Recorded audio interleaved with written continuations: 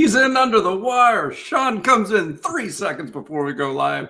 That is the one of the greatest photo finishes I have seen. Welcome to Explain Yourself, Sean. I usually talk to Will first, but if you're going to come in hot like that, how are you doing, buddy?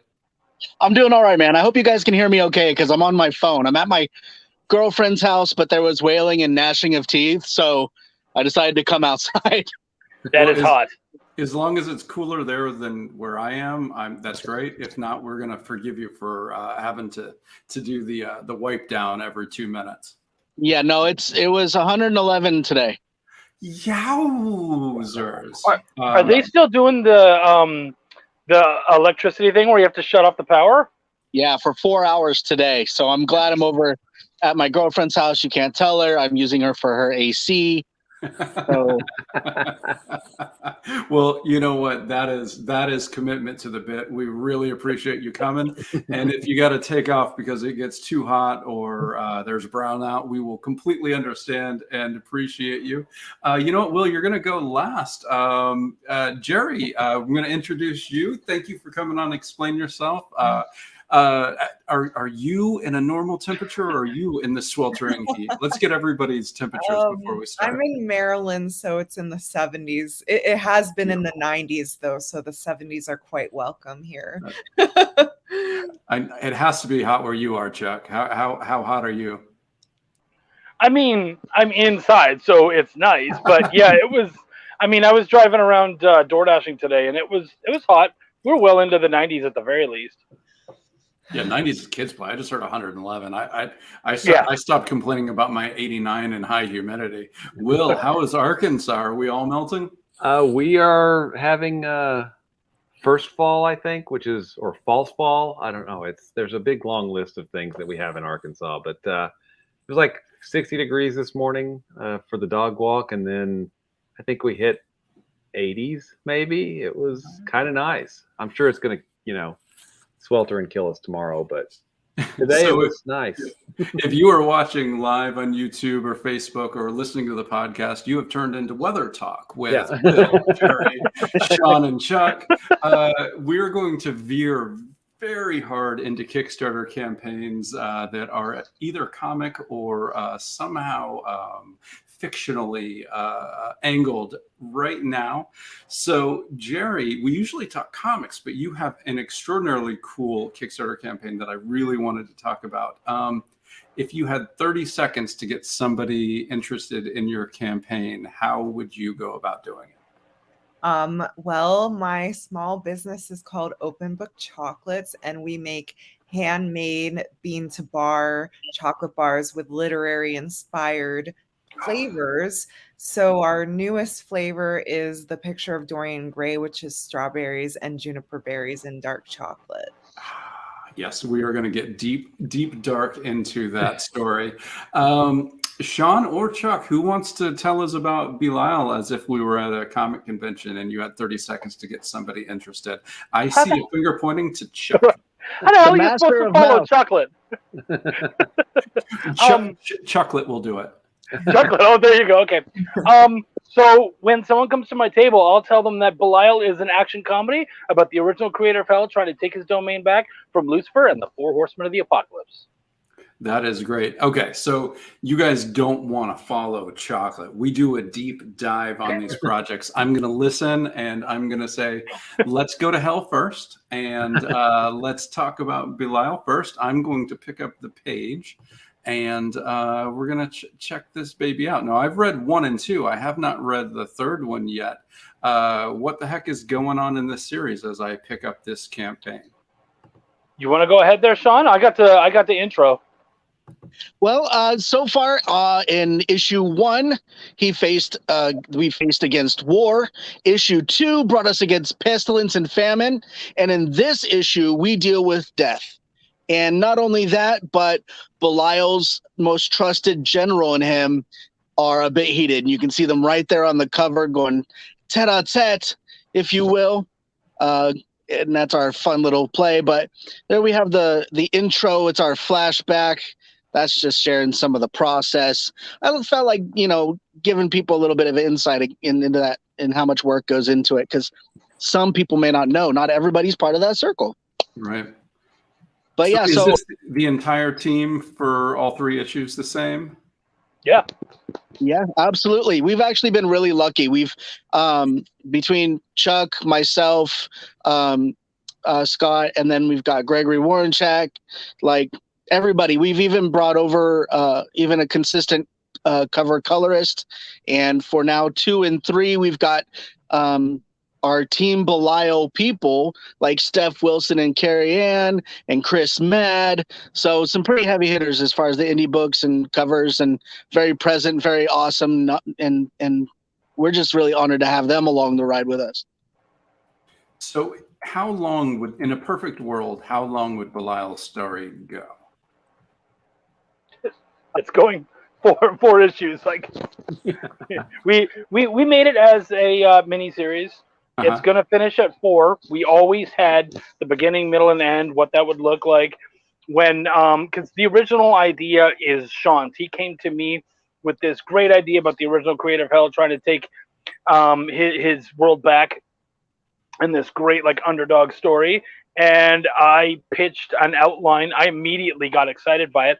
I pitched an outline to him of what it would look like over the 4 issues, and that's what we decided, and we've been sticking with that. So like we've been very, I would almost say, like, clinical. Like issues 1, 2, and 3, all 32 pages. Like all like we stuck as hard as possible. I think, like, for us, very much so, we feel like in the indie world, a lot of people will be like, no, I want to do this one 26 pages. I want to do that one 24. But at the end of the day, kind of feel like sticking to your guns, holding your head, or you're holding yourself to the fire, and basically saying, this is what we're gonna do. We're gonna stick with it. We're gonna kind of try to make some uniformity in it, and that's where it's gone to.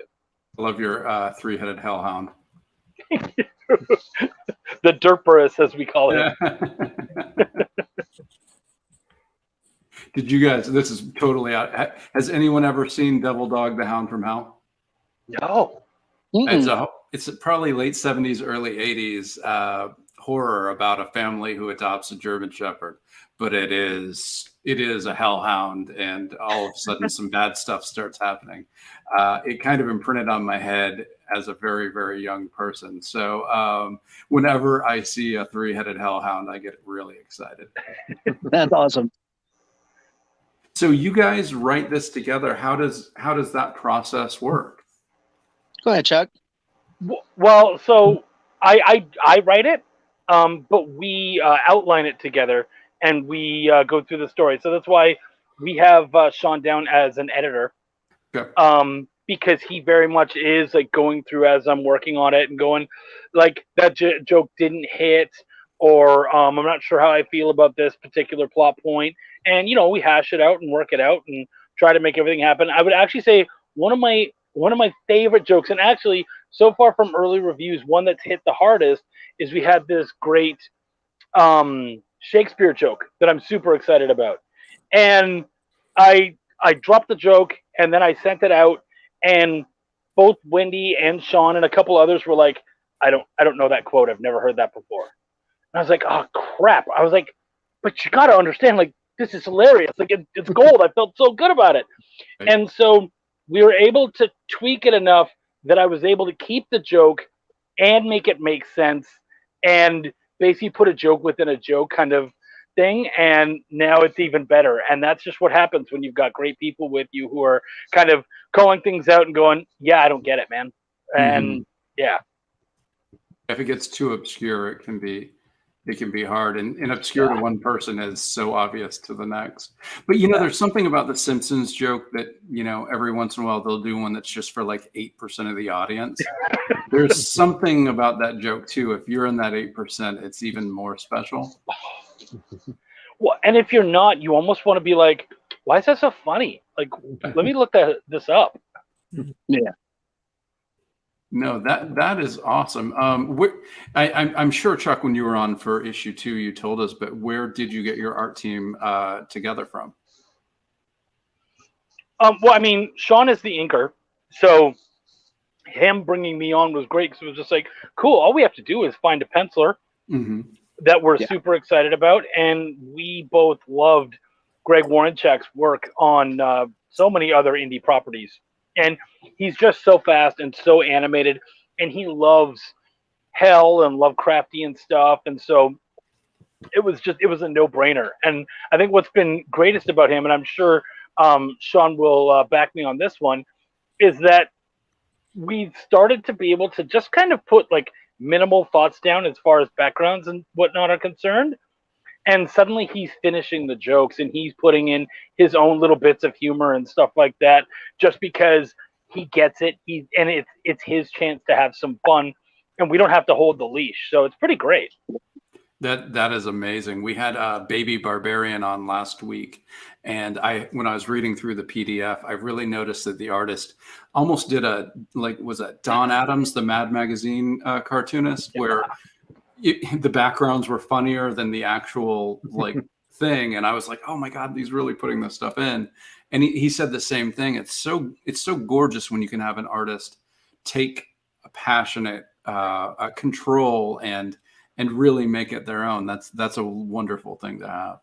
That's one of the things that we were really hoping for. We strove since the beginning was to make sure that everybody that was involved was passionate. And so when we were looking and kind of scoping out people, like when I pitched the story to Chuck, and Chuck was enthusiastic enough to put that comedic spin on it, and it came back to me and hit, I'm like, okay, this guy, he's passionate about what he does, which is also why he's got free reign as far as the writing goes. There's not a sharp rein on it or anything.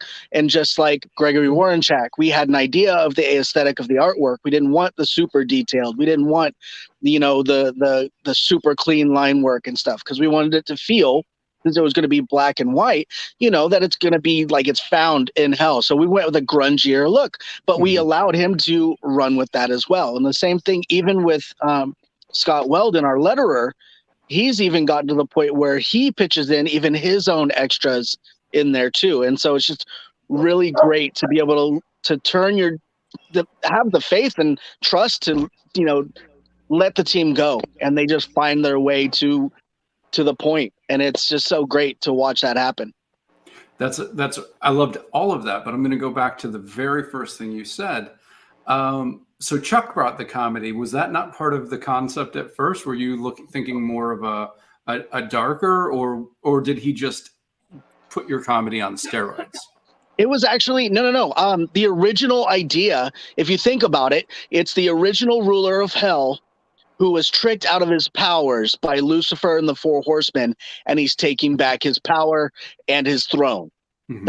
It's not a happy, it's not funny, it's not anything. It was actually, and I'll agree with Chuck, it was actually kind of generic in that base structure. But the story of Belial, I did enough research, because that's kind of like my area, in that Belial was the original, he was created to rule hell. He's not evil, he's not good, he was created to do a job, and that is his job, and that's what he's doing.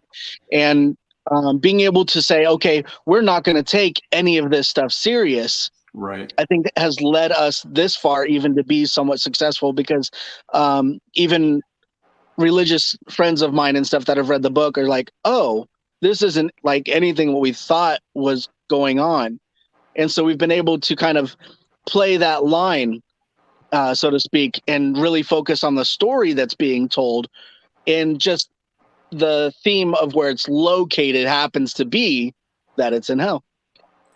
Are you ever able to go darker because you have comedy, or is that, I'm expecting that could be the possibility, but I don't know.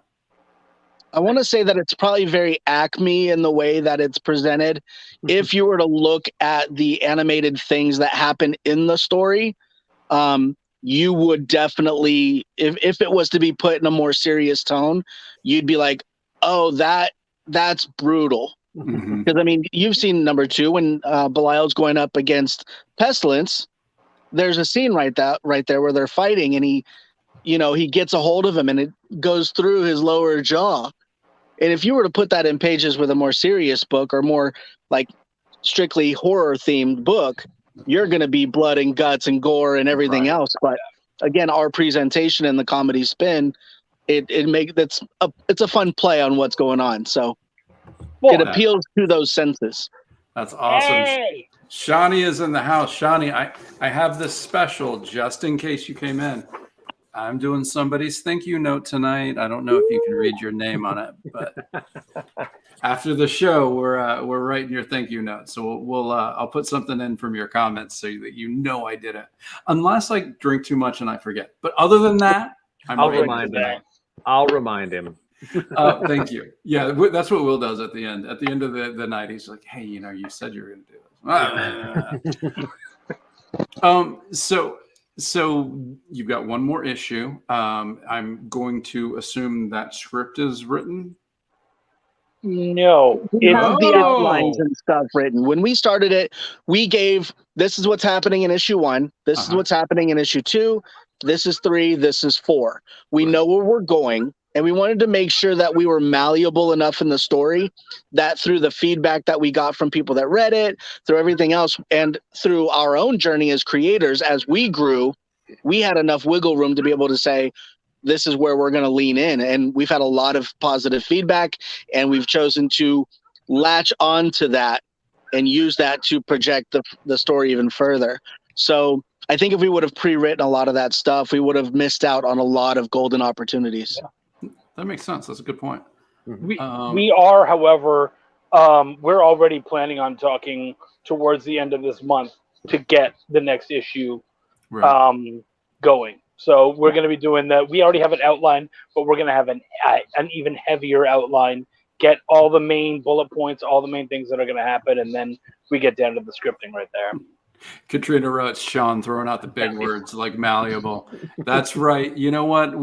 We Will and I might not be that smart, but we bring the smart people on with the words. I'm going to give Katrina, honestly, you spelled it, I believe, right? Which I'm going to give you credit for, because I'd be like, I went to the mall and I was able to do something there, and I'd be good enough. I'm not trying to spell that or nothing.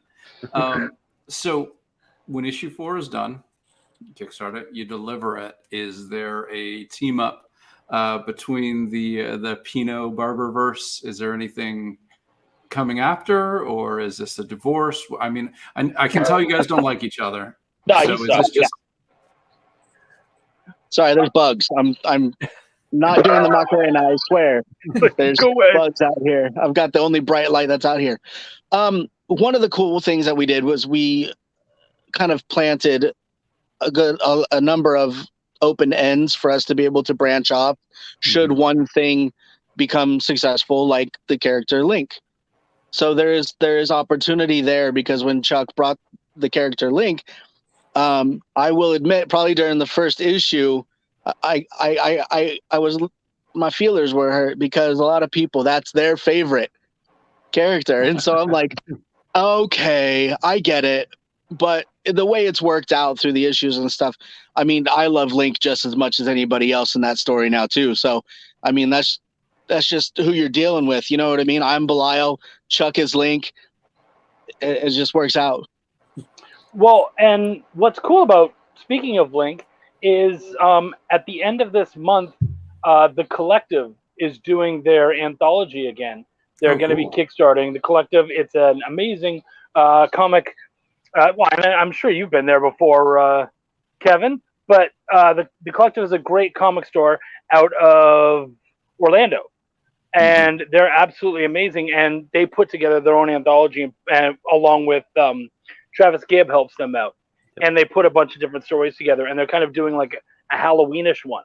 And so they hit us up, and they were like, hey, guys, do you want to do something? And both Sean and our buddy Eric Cockrell had already approached me and said, hey, man, you're on so many like anthologies and stuff. I would love to do some anthology pieces. And I was like, that's funny. Somebody just mentioned us possibly doing a Belial piece. So Eric did the pencils, and of course Sean was back for the inks, and I wrote this little 4-page thing called Link Cthulhu, and it's Link versus Cthulhu. No, that is perfect. Eric's artwork is his own unique artwork, but it's going to be on model or on theme with Belial's artwork. That's great. Because I'm thinking of, I think it's Blister is what Eric does, right? I'm thinking of that style, but your characters. That's really cool. That's exciting to hear. Well, what tier? I'm going to assume people can catch up if they've missed the first two. They can get all three issues. Yeah. Okay. All right. We That's have those important. available both in digital catch up and a physical catch up. So, Nice. and then of course you can always add stuff onto it, but no matter what tier you get, you now on Kickstarter, you get those add-on opportunities. And so we've enabled people to kind of sift through those and add what they want there too. We don't want anybody to miss out. We got some Eric love in the chat. That's right. Yeah. He's just a cool dude with an amazing set of multiple skills, because he usually writes everything he draws. So that's an extra thing that you guys have is you've got another writer kind of working on the pencils, which is I can't wait to read that. So Link is basically you guys Urkel, huh? I mean, kind of. So what happened is when I was when we were doing the first draft, I was like, Belial needs like some kind of like little demon buddy or something like that, like an archdemon or whatever. And so I started looking up different types of demons. And as I was doing that, I was like, oh, what about an imp? I don't know. I'll look up an imp. And I looked up imps, and I found this really cool story from Lincoln, England. And in the 1400s in Lincoln, England, if you were to go to Lincoln now, you would find in that all over that town are imps. Instead of gargoyles, there's imps on all the old structures, the old cathedrals and stuff. And the story goes that at some point in the 1400s, the earth opened up and all these imps came flying out, and they started, destroying crops and doing graffiti and wrecking the city and all sorts of stuff. And at one point, they were inside the church. They were breaking the stained glass and stuff, and the Holy Bible in the cathedral opened up, and an angel of the Lord sprung out, and he started turning them into stone. And as I'm reading the story, one of the imps picked up a rock and threw it at the angel, and then the angel turned him into stone. And I was like, whoa. Who the hell thinks, like, as an imp, that they have a shot against an archangel? What the hell are you doing? What kind of fearless idiot would you have to be? And when I went fearless idiot, I was like, yes. So if you notice, Link is the only one of our imps, because we do have other imps through the series, who is made completely of stone. And that is because the idea was he was the one that threw that rock, and that's why he's called Link from Lincoln, England. Oh, that is awesome. Do you think that was a story to like talk about like cicadas, or what do you think that story came from? I have no idea. No idea. Yeah. Yeah, because I could see like an insect infestation and a couple of glasses broke, but that's such an interesting thing. That's really cool what you run into. All right. So well, the imp that we're referring to actually, and we did put into an anthology, which I'm going to re-ink actually and remaster that.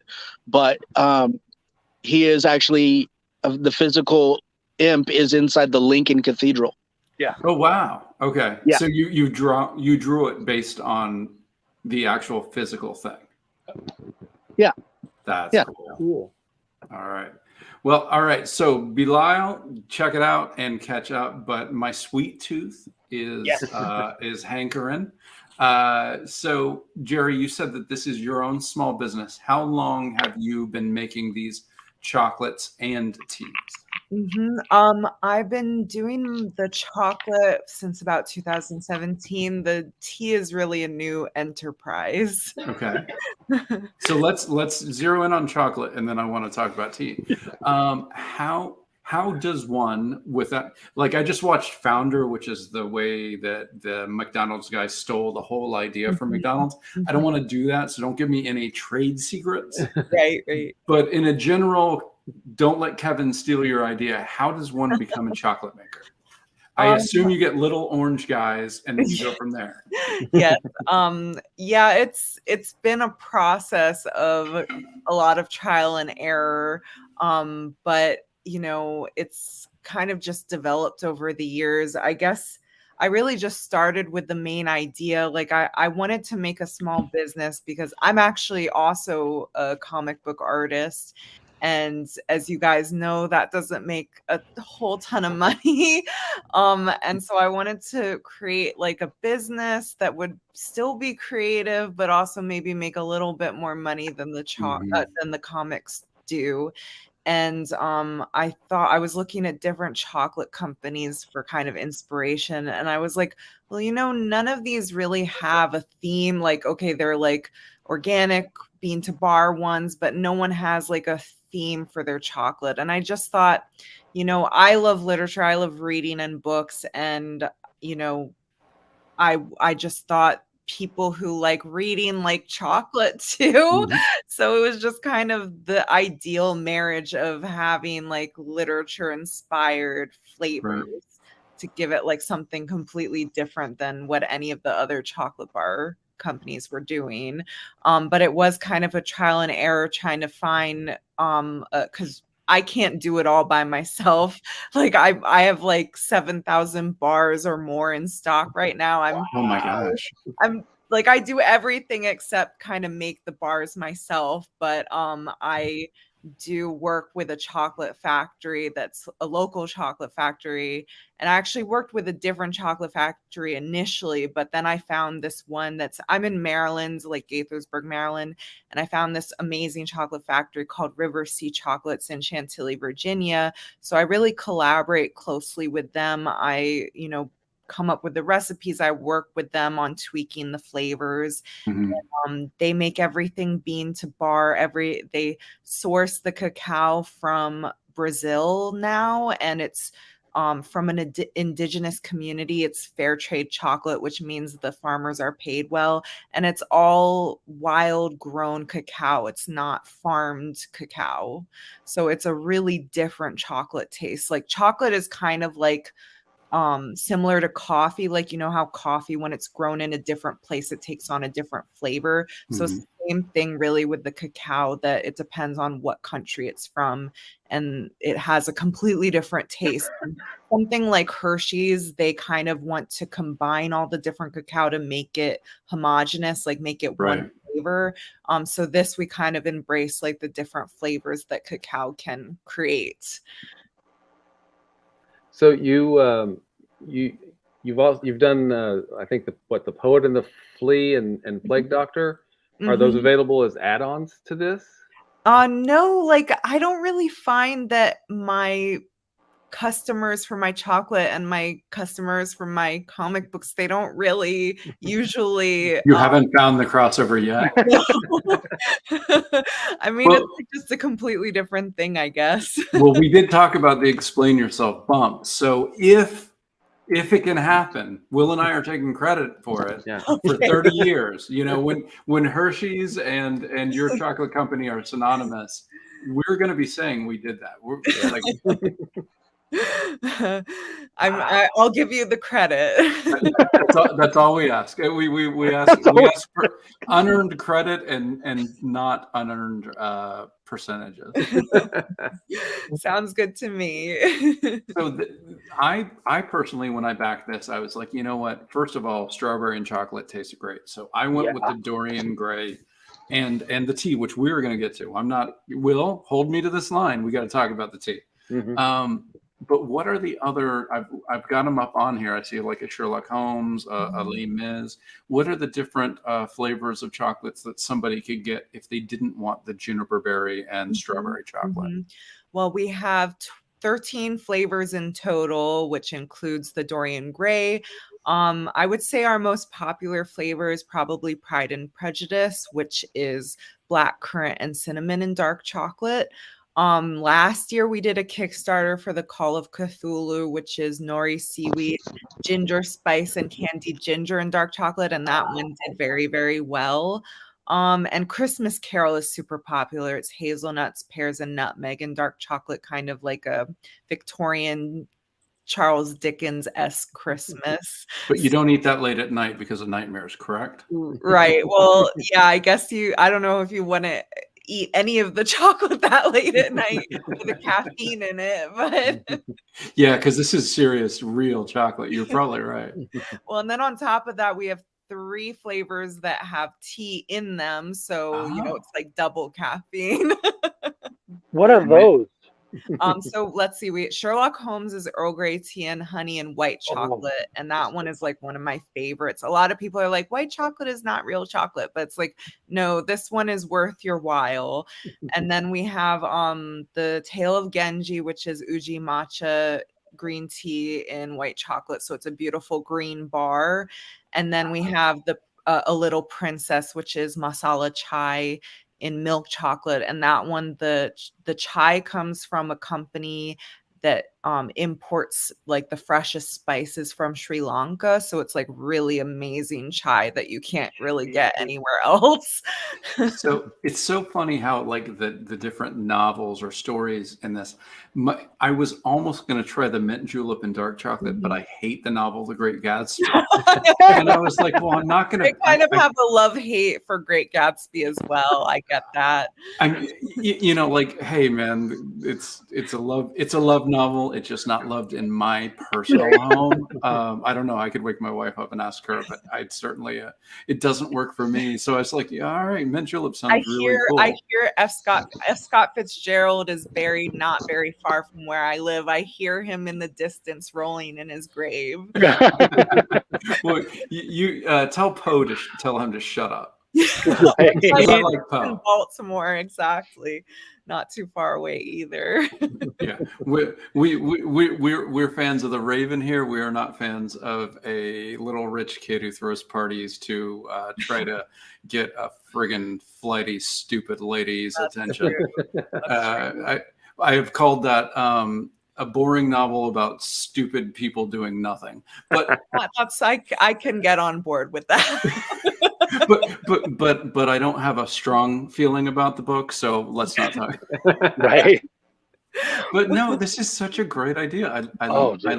I love it, and I might have to try the Sherlock one. It's I might have to do an add-on. I'm a big chocolate fan, and I'm trying to convert other people. Like, I like all chocolate, really, but there's a lot of hate for white chocolate, and I think it's so underrated. I have the hate for white chocolate, but as a Canadian, I have the love of tea. And that Earl Grey, I'm like, oh crap! Earl Grey is my absolute favorite. So it's like, oh damn, I might have to get over my crap. It's like a perfect cup of Earl Grey tea in bar form. Oh, I hate you. Yeah, I'm gonna have to get that. Oh my gosh, that is a sale. This is a true explain yourself bump, because I am gonna add that on because I have to try it. So I'm going to do another sidebar. So Chuck, as a Canadian, do we say condolences on the loss of the Queen? Do we say ha ha ha that colonizer got you? What do we say to you? I think most of us, like, there's another Canadian who lives in this small town in Texas that I live in, and both of us said the same thing, and we were like, sorry that happened. Like, there wasn't, it's just like, that sucks. I mean, she was really good to us, and but we also definitely see the other side of it. So it's just like, yeah, as an American, I put it out there. If you're English and this hurts you, you have my condolences. If you're English and it doesn't, okay, God bless you. I can see that. And if you're anywhere else in the world and you are sad, condolences. And if you're anywhere else in the world and you're happy, I get that too. There you go. Yeah. England's a good friend of ours, and I don't know, but a couple hundred years ago that wasn't so. So the one thing we both agreed on. Oh, sorry. I keep saying that it's season 10 of The Crown.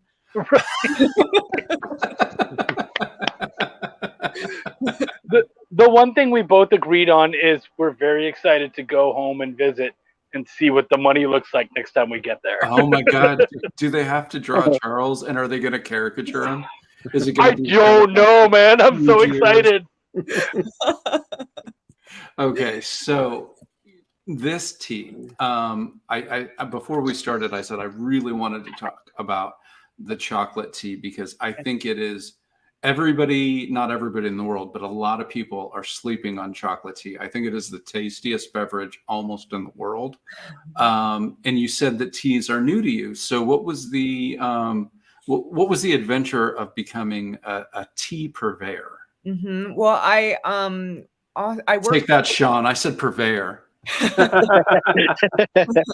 I worked with another company to make the tea. They're called Plum Deluxe, and they're out of Portland, Oregon. So I just, I found them, like I did a lot of research on different tea companies, and they hand blend their teas. And, I just wanted teas that matched our chocolate flavors, and I wanted teas that tasted good and that would taste good with the chocolate bars. Right. And I'm actually can't drink caffeine past like noon. So I Okay. also wanted to make sure I had like a non-caff tea as well. So yeah, I just wanted to kind of experiment and see what would happen with it. And I hope that people enjoy it because I don't know if they'll like it or not. No one's tasted it yet.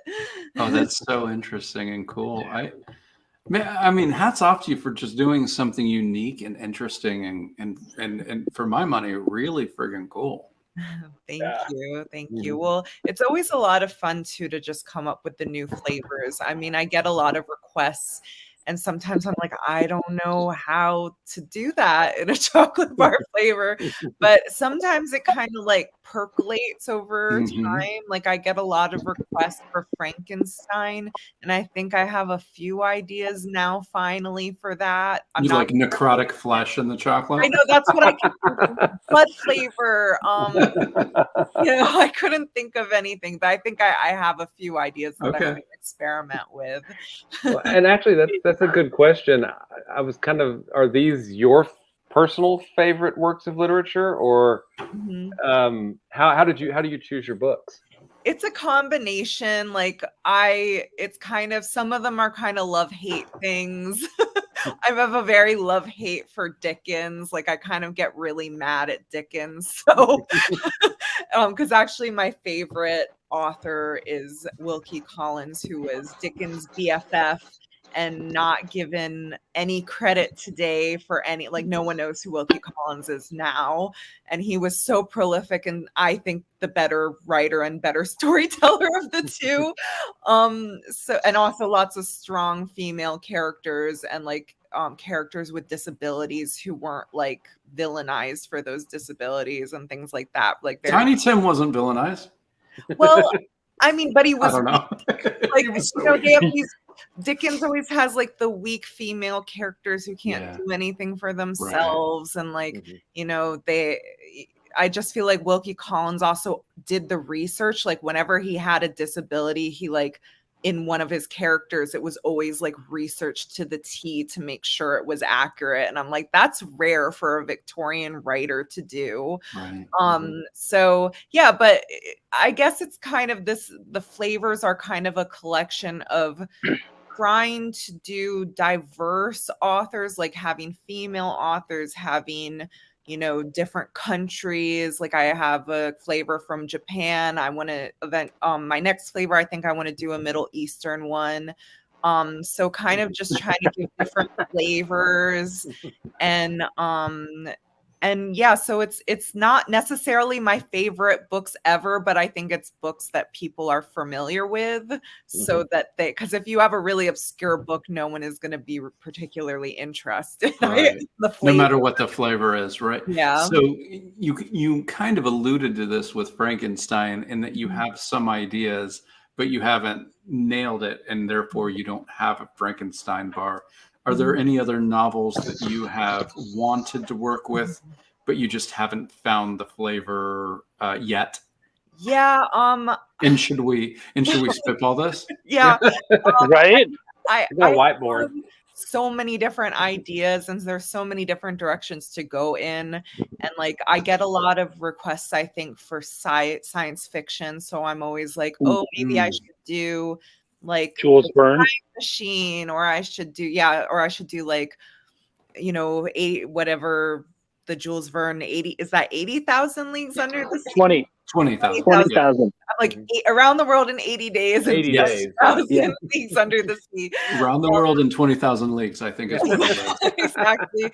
I get a lot of like Shakespeare requests where I'm like, I don't know, Hamlet bar doesn't sound very appetizing, or like a Macbeth bar. Blood Orange? Blood Orange? I don't know. Well, see, that I get the request for orange and chocolate all the time, and that's like the one thing I'm allergic to. So yeah. Much ado about nothing. Yeah. Much ado about nothing. That's the one, man, right But there. is there Much Ado About Nothing? I think that's like a reference to female genitalia. Crap. Nothing being the opposite of something in your so you could do a really sexy chocolate bar, the unbearable lightness of being. Yeah. I've had a few people. I'm not going to tell you what shape to do the Tomas bar. But... I get a few requests for like Kama Sutra chocolate, and I'm like, wow. I don't know. It just comes in different shapes that you can put together. Yeah. Right. That is really. It just depends on if you want to be a millionaire or not. Yeah, I suppose so. I have to hit on the right thing at the right time. Ooh, we have a great one in the chat. A Midsummer Night's Dream, the puck bar. I have, that was the one that I felt of Shakespeare that I felt was appetizing, and I was thinking maybe like a fig flavor or some kind of fruit flavor, but I haven't taken the plunge on that one yet. You don't think Macbeth would be tasty? Come on. What would it be though? I have to reread it. I have to. I don't know. Not at all. That's just a sweaty, bloody terror. Guys, how are we skirting the issue? How have we not all landed on King Beer? All right, like come on, guys. King Beer. I'm telling you. Yeah, I haven't done a beer flavor yet. I have, rum and coconut for Treasure Island. Nice. And I have the mint Gatsby, but a beer flavor might be very. You could do like a dark lager or something like that. Yeah, that could be. Don't do Dracula because it would suck. I also any of you tried reading Dracula? I find it impossible to read. I find it so poorly written. I'm sorry to say that. It's a journal. Yeah. I read it a very long time ago, and I was surprised that the Francis Ford Coppola novel seemed to be movie seemed to be more thought out than the novel, because usually that's not the case. But then I think that we rewatched is it The Mummy? The original Mummy, like the 1939 Mummy, has the reincarnation story. What Coppola did is he took the reincarnation story from the Mummy and like just attached it Frankenstein style to Dracula and made that's interesting. Still not a great movie, but a better movie to me. Better than Kenneth Branagh's Frankenstein. Guaranteed. The most beautiful, terrible movie I've ever seen. So pretty to look at. Whose idea was it to cast Robert De Niro as the creature? I don't know who thought that was a good idea. Hollywood. No, Wendy says loved Frankenstein though. Yes, the Frankenstein novel is awesome. Wendy, brilliant. You are right. It Frankenstein stands up. I agree totally. Yeah, and actually, she wrote another one called The Last Man, which why The Last Man? I know that one. Not quite. Which is deals kind of with a pandemic and people dying from a disease. It would never happen. We would band together. We would do the things we need to do. And it would just wear masks, and it would be okay. Yeah. A pandemic would be 3 to 6 weeks, and it would be over. That's a very short book. 2 years later, right? And we all did what we needed to do and helped each other out. The end. Jerry? Do you have any? Because as a cook, what you're doing is blowing my mind. Like I'm so excited by what you're doing. Do you have any specific ingredients that you look at and you go, I gotta find something to do with you? Like anything? Are there any specific ingredients where you're like, I'll find a bar for you, sweetheart? I will. I have an unhealthy obsession with wanting to do a camel milk chocolate. Wow. Arabian Nights, baby. You're doing Arabian Nights. Yeah. But I think the camel's milk is a little expensive. Like there are camels in the US that you can buy the milk from, but it's like $25 a bottle or something crazy. So I'm gonna try to convince my chocolate factory to do a goat's milk chocolate bar, which I think would be so good too. I mean, I would try it. I it's one of those things where I would try it with the thought that I'm probably going to love this or hate this. Yeah, and if you did it, and it's worth the excitement to know. Yeah. If I bet if you did it, it'd be like that. What they did with the coffee from the bat droppings and stuff. Oh no. I bet it'd be like super expensive because it's so hard to source. Yeah, wasn't it a cat? Wasn't it the cats ate it and pooped it out, and then they used that? Yeah, I think there's different ones, but yeah, there's. You realize, Jerry, that you have the right 2 other guests on this show, right? Because like any other 2 guests would be trying to find a way to go back to their book, but meanwhile our fat asses are like, no, let's talk about chocolate. Screw that. It'll fund. It's fine. We don't care. Well, so what else are you doing? Like tea? What? I would love to do like a Dante's, like a Divine Comedy or an Inferno bar, but I'm not quite sure what that would be yet. It would be kidding me? It would be 7 different. That's a good idea. Each like layer of the chocolate would be a different. I don't know if you can do that. Factory would murder me for that. Yeah, but you could even do like a mole style chocolate with some cayenne and whatnot. Okay, look. Sean pulled out a word I knew. I said, "Malay." What are you saying? What is Malay? Mole is a spicy chocolate from Mexico. Okay, slow it down. Look, I'm not that smart, Chuck. Come on. Mole is a chocolate sauce, and it's spicy, and it's from Mexico, and I believe usually it has cayenne in it.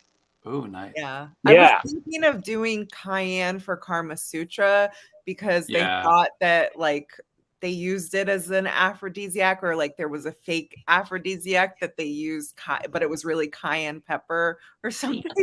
Yeah, Shawnee, you're my girl. Shawnee knows what Malay is. I needed someone to know. I've heard of that before. I've heard of mole.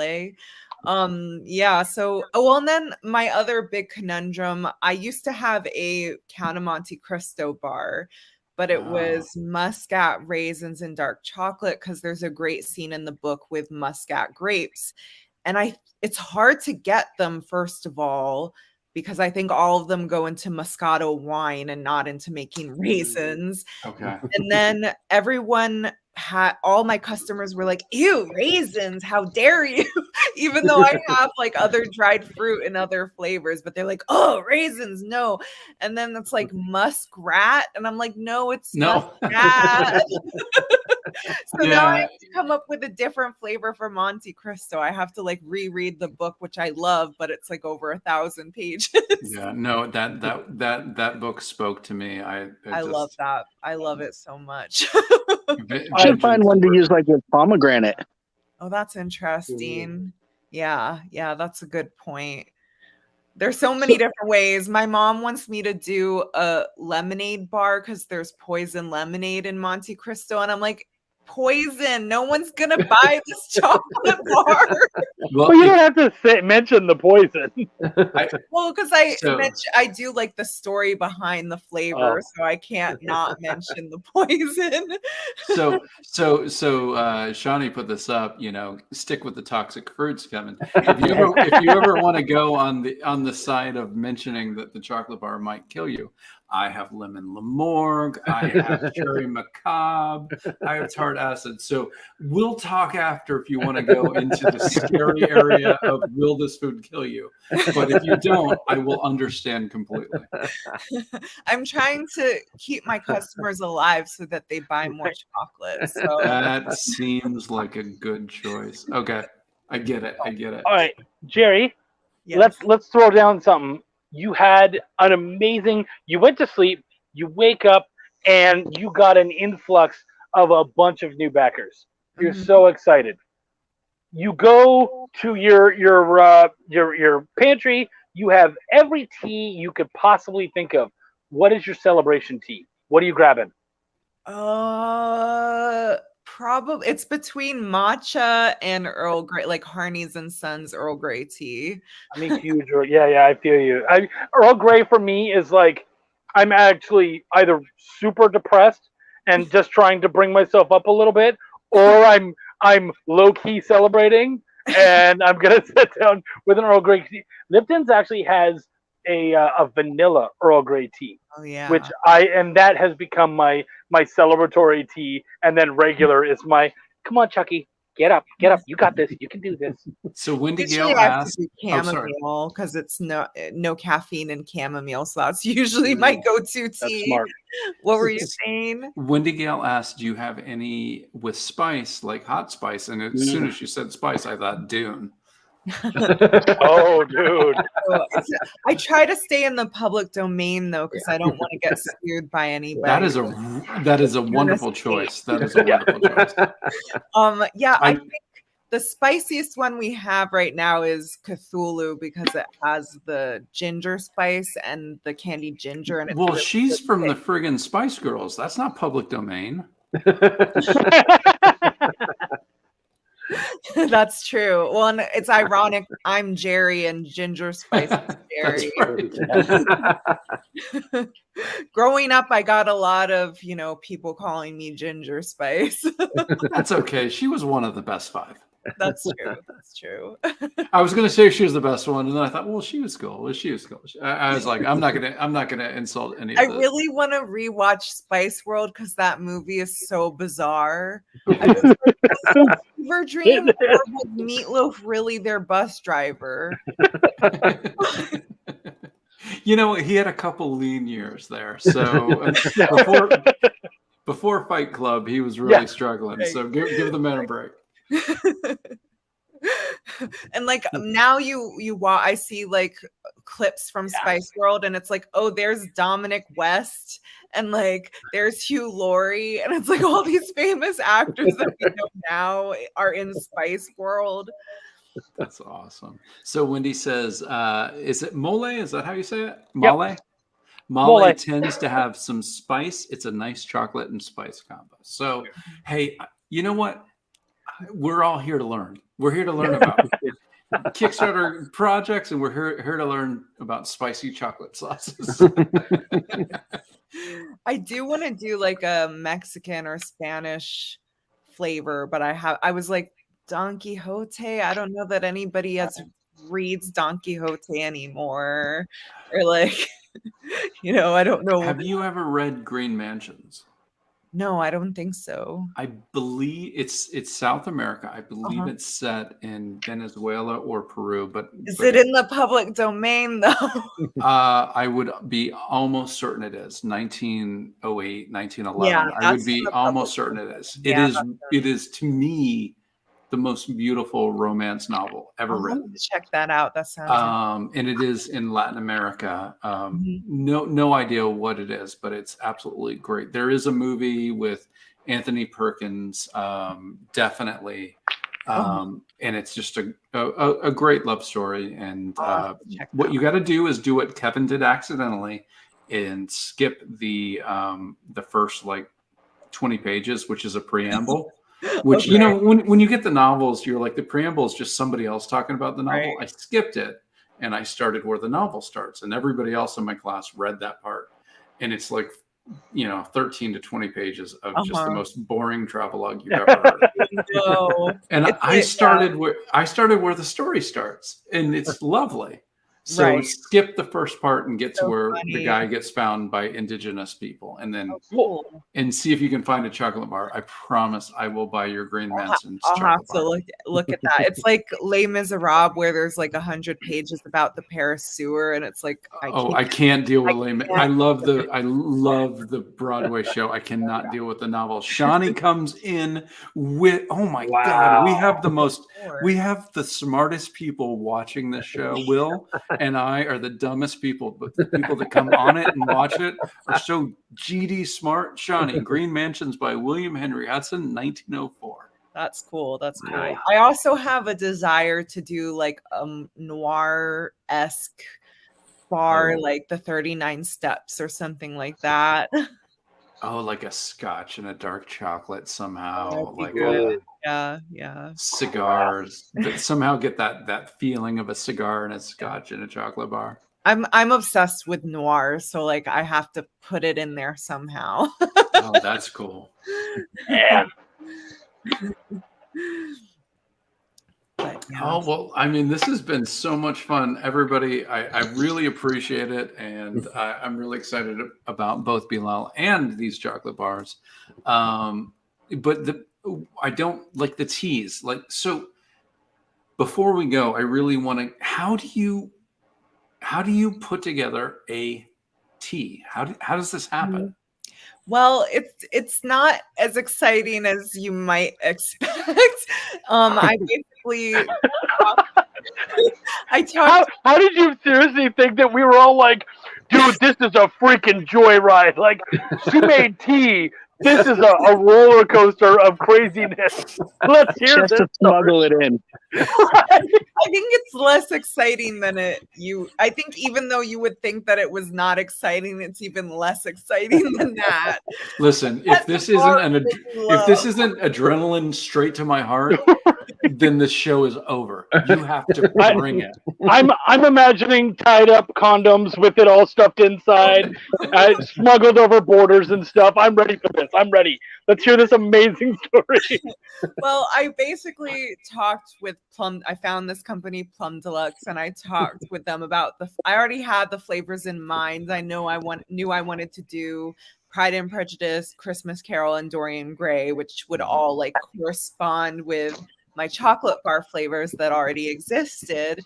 And so I just basically told them what ingredients I was interested in. And then they sent me samples. Like, I think there were 2 or 3 different versions of each flavor. Mm-hmm. So then I tried the different versions of the flavors and tried to figure out which one was the best one of the 3. And With then the chocolate, that was though, what right? I went with and ordered more of it from them. So did you taste them with the chocolate or taste them on their own? I tasted them. I'm so familiar, I think, with the chocolate that I knew what would taste good. And like I mean, I'm sure that I can always go back and tweak it, but I think they'll taste good with the chocolate. But it was really kind of just a matter of like, is that too much flavor or not enough flavor?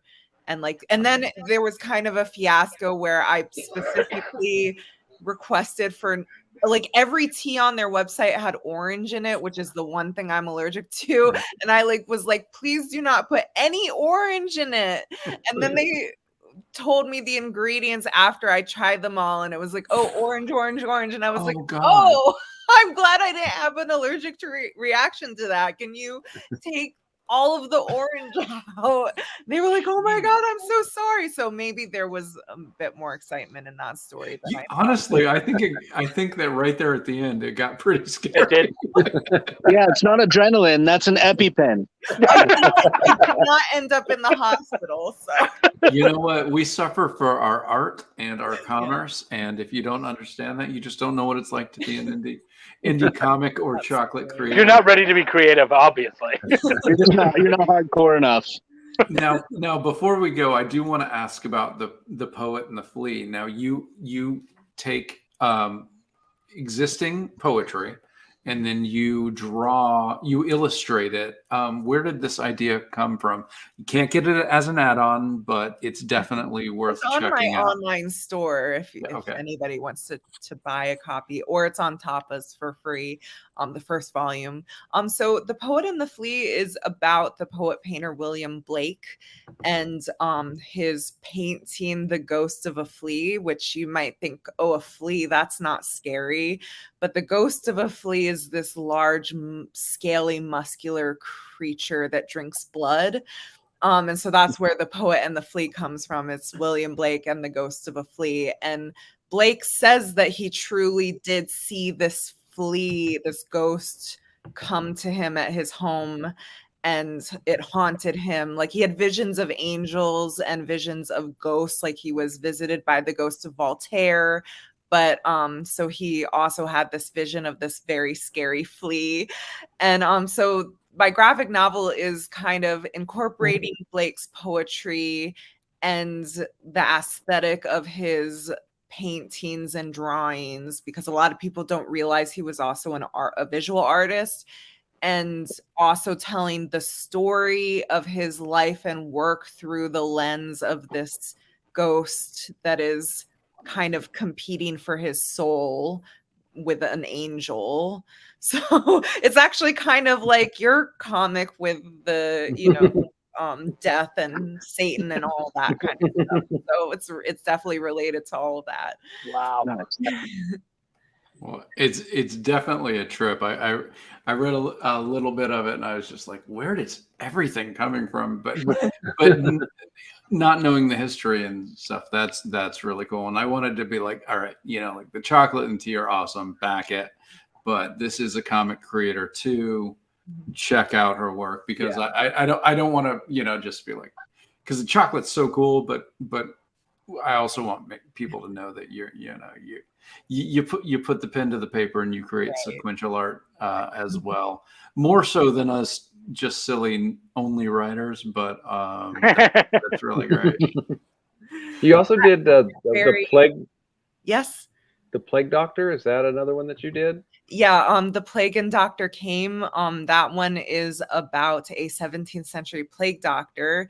It's a dark comedy, so all of the humor kind of comes from these true historic treatments that they would use for the bubonic plague. And it's like, a urine bath, or, soaking a robe in garlic and wearing it.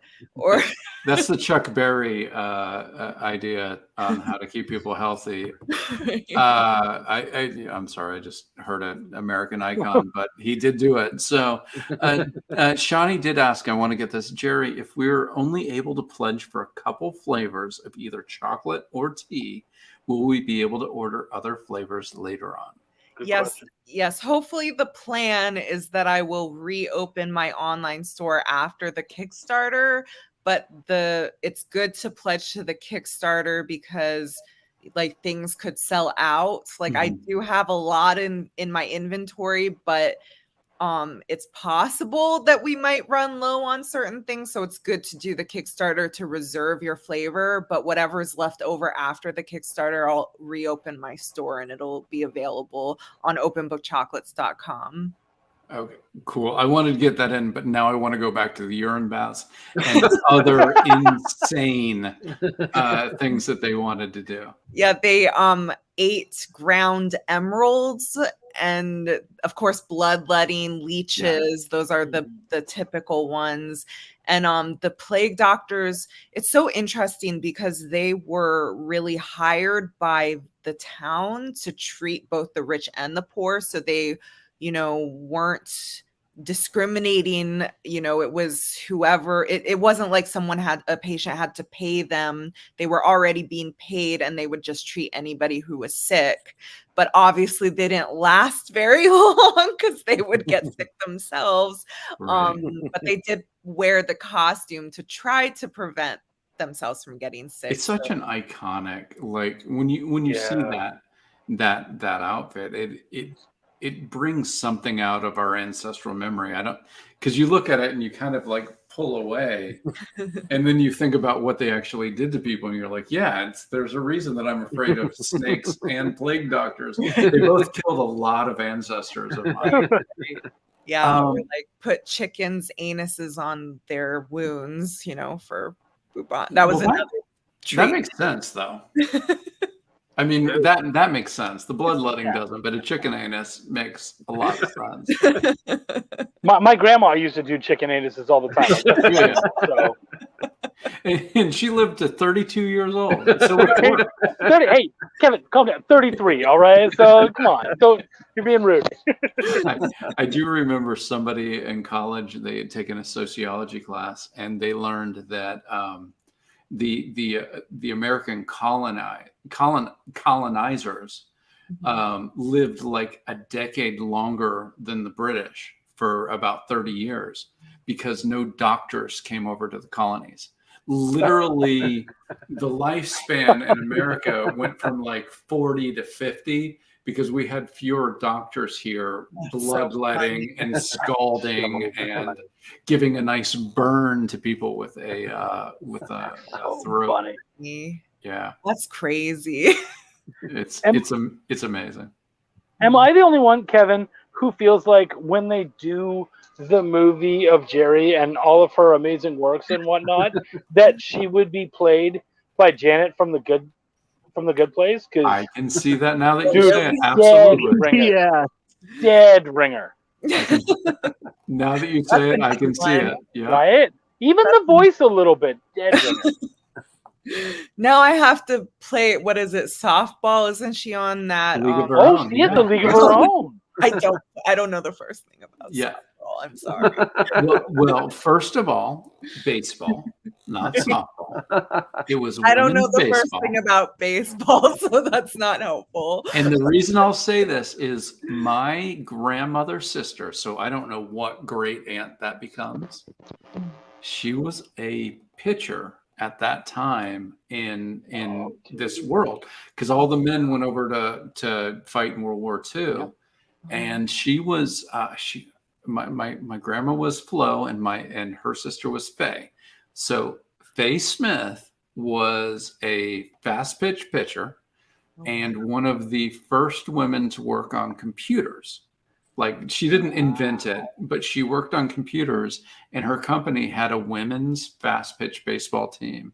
And when I met her like 2 times in my life, and one of the times we were up at her house, and she had the clippings of the different games, and she had like 6 strikeouts and whatever. Oh, that's so Faye Smith, gotta love you. I miss you. You're a hero, and if you watch A League of Your Own, she wasn't good enough to be in that league, but my great aunt maybe did that, and I'm super proud of her. So that's so cool. Yeah. And there was one clipping where one person on the team, it wasn't her, kind of like took her teammates to task because some people didn't show up at the game. Like, oh, I can't believe, we would have won, except people didn't take this serious. And when I asked her, I was like, so what happened that game? She goes, I don't know. I think I might have skipped it. That's why. Well, that woman was very mad at you. Some of the people. That's great. Well, this has been a fabulous night. But let's do one last 30-second pitch. Belial, Sean, you didn't do it at the beginning. So at your next comic convention, if someone's coming past your booth, how would you get their attention about Belial? For me, I tell people it's the indie comic book that's been dubbed as the Hellboy meets Mr. Pickles. As Belial, who has had his throne and his power taken away from Lucifer, he now has to face the 4 horsemen of the apocalypse and Lucifer himself to reclaim what was rightfully his. Nice. All right. And I mean, I would just say chocolate. I don't want to steal your thunder. But Jerry, how would you get somebody's attention if you were at your local farmer's market? How would you get them to your booth? The perfect gift for the book lover in your life.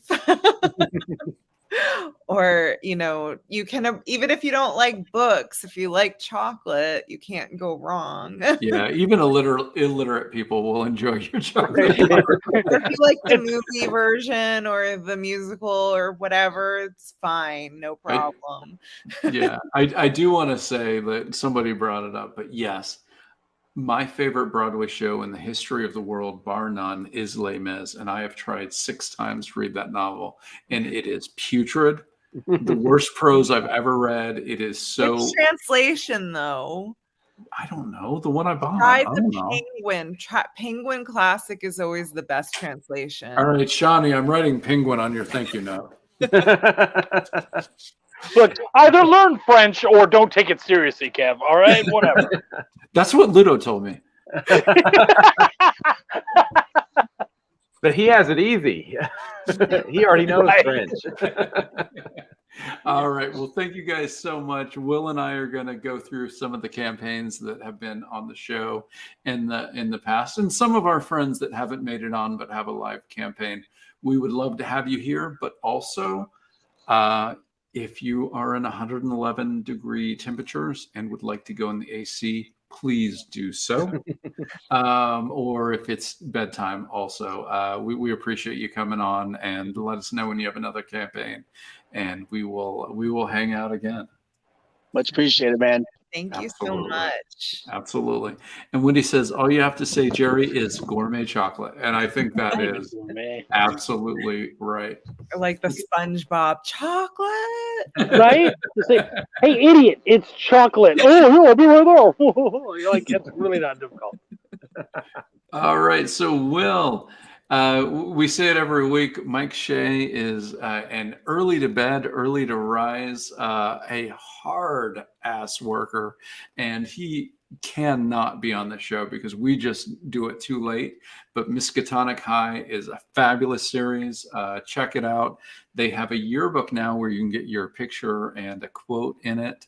I would definitely go on there just to add on and catch up on Miskatonic High, or go to your local comic shop and try to order it, because you can get, I think, about the first 3 issues now. Miskatonic High, it's a Lovecraftian meets Buffy, and it's awesome. Mike is a great dude, and his artist Ryan and him have just put together an amazing series.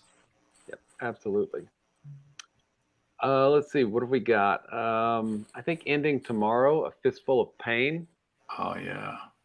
From Ryan K. Lindsay and Louis Joyce from Comics Tribe. We had Tyler on last week talking about it.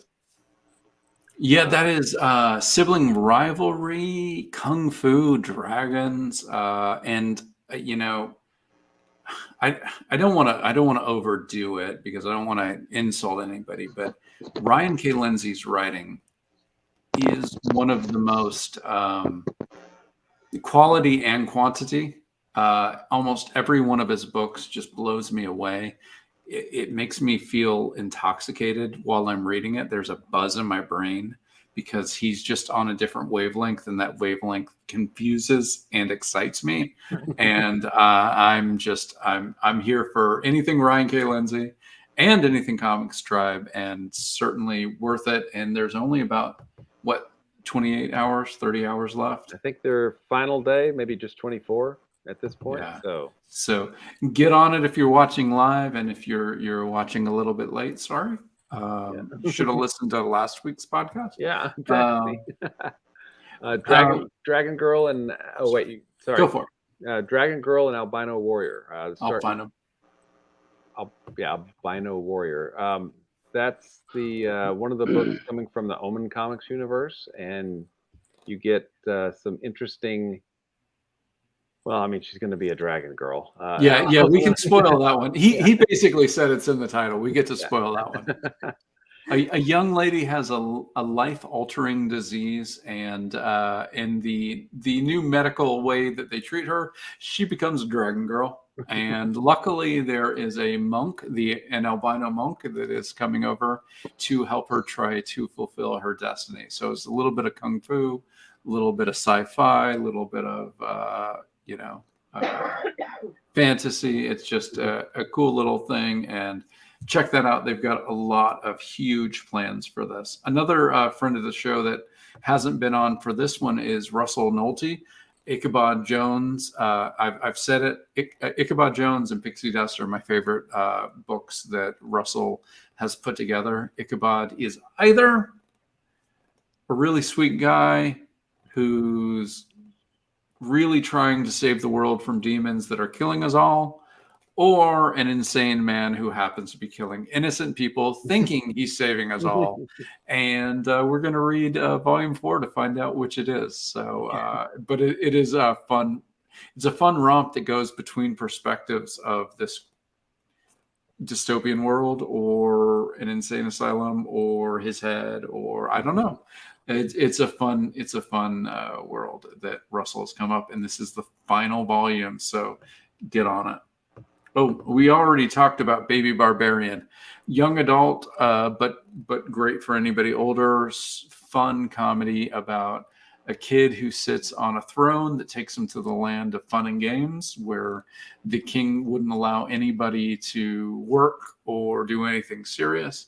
And just a fun romp about a kid who wants to be a barbarian getting to live out his dream. Legends of the Realm, Jack Holder was on. He talked, this is a fantasy that really looks at perspective. So he can tell you the same story from two different point of views and show you how the story changes based on who is perceiving the story. I haven't read it yet, but that idea really has me excited and I want to check it out. But that thought of, that guy who runs out and helps the person, depending on who's looking at the story, it might be a hero and it might be a villain. And I think that's a fun thing to explore, and comics are the way to explore it. Samantha Branch, who has come on for Will Not Bow. She does these coloring books, and she has incredible talent, super sexy artwork, and she is using it to do a coloring book that can be not safe for work. So if you're into that, if you're into coloring some nice, sexy mermaids, we have got the book for you. Absolutely. Let's see. Do we get through the list there? That's the list in our banners, I think. I've got two more that I've just backed within the last couple of days. Mr. Guy Zombie Hunter, numbers 1 and 2 from our friends at Oneshi Press. Oh yes, absolutely. So they're out there, and I think our pal Travis Gibb just launched No Contest: The Fight Lawyer. Oh gosh, I missed that one. Oh my gosh. Mm-hmm. They just did Puff and Winkle like 3 days ago. When did they sleep? They don't. They don't. So, I feel lazy because I only do, like 2 or 3 a year, and people are doing like 1 a month.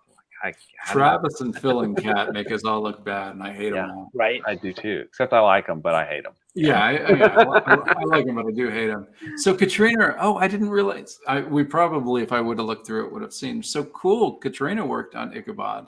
So that's great. And we're going to have Katrina on, I believe, October 7th to talk about her next Kickstarter. I reached out to her and she's like, yeah, I'm on your schedule. I was like, I don't pay attention. I'm sorry. And I think you put her on the schedule too. So there is a reason I put people on the schedule the second that they reach out, because I'm going to forget it either way. But as long as I put you on the schedule, you're in the show and everything is hunky-dory. So Chuck and Jerry, thank you for hanging out. Sean, I know that you've gone in, probably done the thing where you open up the fridge and just put your face in it. Or the freezer. Well, that's just a little bit much, Will. I mean, come on. That's shock-inducing. Yeah, I mean, come on. No, I really appreciate it. Had a fabulous time. So, just when you got another campaign, please reach out. We'd love to have you on again. And everybody that was in the comments, Shawnee, Wendy, Katrina, just fabulous to talk to you, and just a real pleasure. We're going to close up the shop because I've got a thank you note to write to Shawnee, and Will is going to hold me to that line. So thank you, everybody. We will talk to you soon. Have a good week. Thanks. Thank you.